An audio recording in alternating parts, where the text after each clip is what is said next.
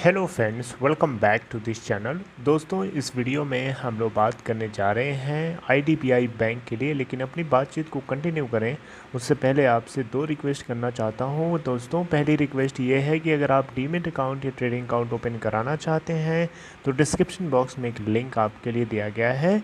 दूसरी रिक्वेस्ट ये है कि अगर आप इस चैनल को फर्स्ट टाइम देख रहे हैं, सब्सक्राइब करके बेल आइकन को ज़रूर से हिट कर लीजिएगा ताकि आपको सारी वीडियोस की नोटिफिकेशन मिलती रहेंगी और आप सबसे पहले उसे देख पाएंगे।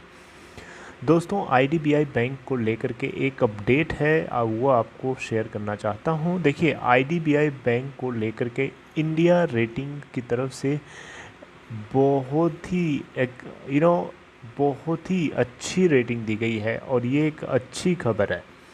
आईडीबीआई बैंक, जैसा कि आपको पता है, इसके अंदर भारत सरकार और LIC life insurance corporation of India, जो कि भारत सरकार के द्वारा ही ओन की जाने वाली कंपनी है, तो इन दोनों ने मिला जुला के दोनों के पास 98% के आसपास की हिस्सेदारी इस कंपनी में है और दोनों इसके अंदर मेजॉरिटी स्टेक बेचना चाहते हैं, यानी डाइवेस्टमेंट करना चाहते हैं। और इसके लिए प्रोसेस इज़ गोइंग ऑन। इसके लिए जो प्रोसेस है वो अभी भी जारी है, राइट। तो दोस्तों, आपको बताना चाहूँगा ये अपडेट कहीं न कहीं आईडीबीआई बैंक के फाइनेंशियल पोजीशन को मजबूत कर रही है, इस बात को रिफ्लेक्ट करती है। हालांकि इंदिरा की तरफ से ये जो आउटकम दिया गया है, जो रेटिंग दी गई है, अफर्म करी गई हैं, इसको लेकर के जो है सेगमेंट वाइज फैक्टर नहीं किया है कैपिटल सपोर्ट को लेकर के। लेकिन फिर भी आपको बताना चाहूँगा रेटिंग क्या क्या है वो आप जान लीजिए। जैसे इंदिरा इंदिरा यानी इंडिया रेटिंग एजेंसी ने आईडीबीआई बैंक के इसको लेकर के यहाँ पे देखें तो लॉन्ग टर्म इशूअर रेटिंग जो है इंड ए के नाम से दिया है और शॉर्ट टर्म इशू रेटिंग जो है इंड A1 के नाम से दिया है। और जो आउटलुक है दोस्तों, स्टेबल दिखाया है। यहाँ पे अलग अलग इंस्ट्रूमेंट्स है, जैसे कि देखिए यहाँ पे बैसल थर्ड कॉम्प्लायंट बॉन्ड्स जिसकी वैल्यू 200 करोड़ रुपए है। इसके अलावा ओमनी इंफ्रास्ट्रक्चर बॉन्ड्स जिसकी वैल्यू 800 करोड़ रुपए है। बैसल थर्ड कॉम्प्लायंट टियर सेकेंड बॉन्ड जिसकी वैल्यू 300 करोड़ रुपए है। सीनियर डेट 361.1 करोड़ रुपए है। इन सभी के लिए इंड ए की रेटिंग दी गई है और जो आउटलुक है स्टेबल दिया गया है। नेगेटिव पहले था, अब स्टेबल है।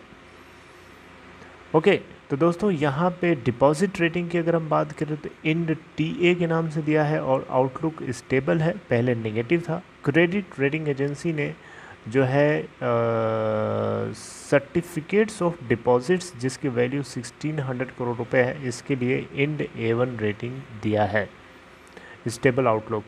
तो दोस्तों, यहाँ पे आपको बताना चाहूँगा ये खबर कहीं न कहीं आईडीबीआई बैंक के फाइनेंशियल पोजीशन को मजबूत होने की बात को रिफ्लेक्ट कर रही है। ओके, तो दोस्तों, जैसा कि आपको पता है, इस बैंक को 2017 से लगातार 4 साल तक इसको PCA यानी प्रॉम्प्ट करेक्टिव एक्शन के अंदर डाल दिया गया था due to some financial weakness, जिसके चलते ये बैंक जो है अपने एक्सपेंशन को नहीं कर पा रहा था। लेकिन अब इसकी सिचुएशन अच्छी हुई, जिसके चलते सिचुएशन अच्छी हुई क्या, अच्छी करी गई, क्योंकि भारत सरकार को इसके अंदर हिस्सेदारी मैक्सिमम हिस्सेदारी बेचनी थी, राइट, ताकि वो अपने डाइवेस्टमेंट प्लान को, डिसइन्वेस्टमेंट टारगेट को पूरा कर सके। तो इसलिए अच्छी करी गई और अच्छी हो जाने के नाते इनको पीसीए से बाहर कर दिया गया, यानी अच्छी बात है ये। और आपको एक चीज़ और बताना चाहूँगा दोस्तों, इस बैंक के अंदर करंट अकाउंट, सेविंग अकाउंट यानी कासा जो रेशियो होता है वो काफ़ी लो कॉस्ट होने के साथ साथ काफ़ी ज़्यादा है। 50.5% का अकाउंट जो है इसका कासा रेशियो से भरा है, यानी इसके पास जो डिपॉजिट आता है उसका 50.5% ये कासा से जनरेट करता है, यानी करंट अकाउंट, सेविंग अकाउंट, जो कि आपको पता है लो कॉस्ट अकाउंट होते हैं, यानी बैंक को कम से कम उसके ऊपर ब्याज देना पड़ता है अपने कंज्यूमर्स के लिए, कस्टमर्स के लिए, और उसको आगे मार्केट में ज़्यादा से ज़्यादा डिसबर्स करके हायर इंटरेस्ट ऑफ रेट वहाँ से higher rate of interest earn कर लेता है बैंक।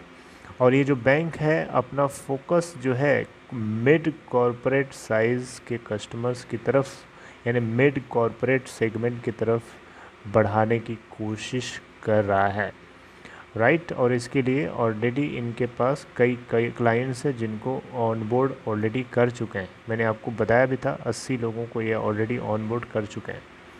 तो दोस्तों यहाँ पे ये खबर थी IDBI बैंक को लेकर के। और ये रेटिंग एजेंसीज़ काफ़ी ज़्यादा इम्पोर्टेंट होती हैं, बहुत ही ज़्यादा वैल्यूएबल होती हैं इनकी रेटिंग्स, और उसी को देख करके आगे के कुछ फैसले या डिसीजन लिए जाते हैं दोस्तों। तो इसीलिए आप इनको इग्नोर मत करिएगा। रेटिंग एजेंसीज़ की तरफ से जो रेटिंग दी जाती हैं उसी को देख करके आगे के जो उसमें एक्सपेंशन होना हो या जो उसके अंदर इन्वेस्टमेंट होना हो या डाइवेस्टमेंट होना हो, ये सारी बातें बहुत मैटर करती हैं दोस्तों। ओके, तो IDBI बैंक को लेकर के एक छोटी सी खबर थी। आई होप आपको समझ में आ गई होगी। Take care friends, see you next time, good bye.